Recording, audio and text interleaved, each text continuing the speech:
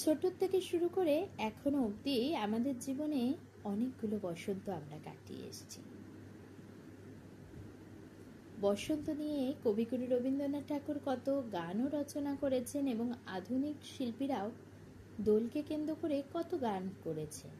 কিন্তু সাদা রঙে আপনি দোল খেলতে যাচ্ছেন বা হলুদ রঙে দোল খেলতে যাচ্ছেন, জানুন কোন রং আপনার ক্ষেত্রে শুভ।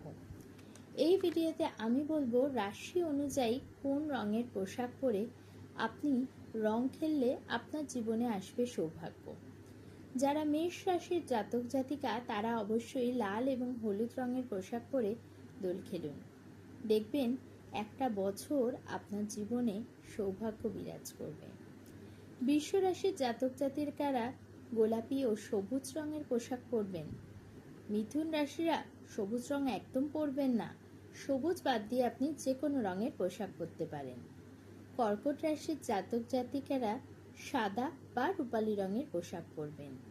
সিংহ রাশির জাতক বা জাতিকারা পরবেন কমলা রঙের পোশাক। কন্যা রাশির জাতক জাতিকারা পরবেন হালকা হলুদ ও সবুজ রঙের পোশাক। তুলা রাশির জাতক জাতিকাদের জন্য রইল আকাশী অথবা গোলাপি রঙের পোশাক। এই পোশাক পরে আপনারা দোল খেললে জীবনে আসবে সমৃদ্ধি। বৃশ্চিক রাশির জাতক জাতিকারা পরবেন লাল বা কমলা রঙের পোশাক। ধনু রাশির জাতকরা কি পরবেন? হলুদ অথবা লাল রঙের পোশাক।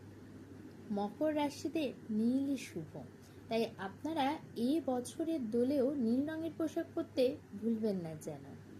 কুম্ভ রাশির জাতিকারা পরবেন বেগুনি অথবা কালো রঙের পোশাক।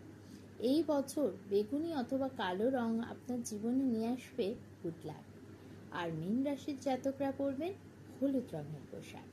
তাহলে আর দেরি কেন, এই বছর দোলে আপনি কি রঙের পোশাক পরবেন জানা হয়ে গেল তো? তাহলে আপনার দোলও কিন্তু ভীষণ ভালো কাটুক, সমৃদ্ধি আসুক জীবনে। ধন্যবাদ।